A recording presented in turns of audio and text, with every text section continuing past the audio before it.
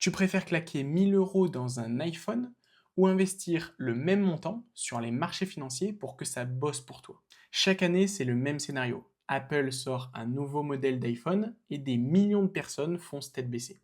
Mais pose-toi une vraie question. Dans un an, cet iPhone, il va coûter combien? 600 € peut-être. Donc, moins 40% de sa valeur en 12 mois. Et en plus de ça, il ne te rapporte rien. Maintenant, imagine un autre scénario. Tu prends ces mêmes 1 000 € et tu les investis dans des ETF diversifiés ou dans des actions solides.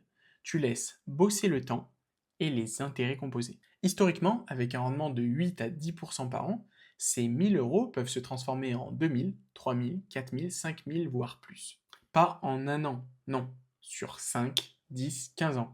Et surtout, tu gagnes de l'argent et pas l'inverse. Alors attention, je ne dis pas qu'il ne faut jamais se faire plaisir et qu'il ne faut pas acheter de téléphone. Mais si t'as pas encore d'épargne, si t'as pas encore de stratégie d'investissement, poser ces 1 000 € sur un téléphone, c'est pas forcément la meilleure décision financière à prendre. Alors pose-toi cette question, est-ce que tu achètes un outil avec les actions ou un gouffre financier avec le téléphone? Alors dis-moi ce que tu choisis en commentaire et n'oublie pas, la liberté financière est un voyage et nous sommes là pour le vivre ensemble.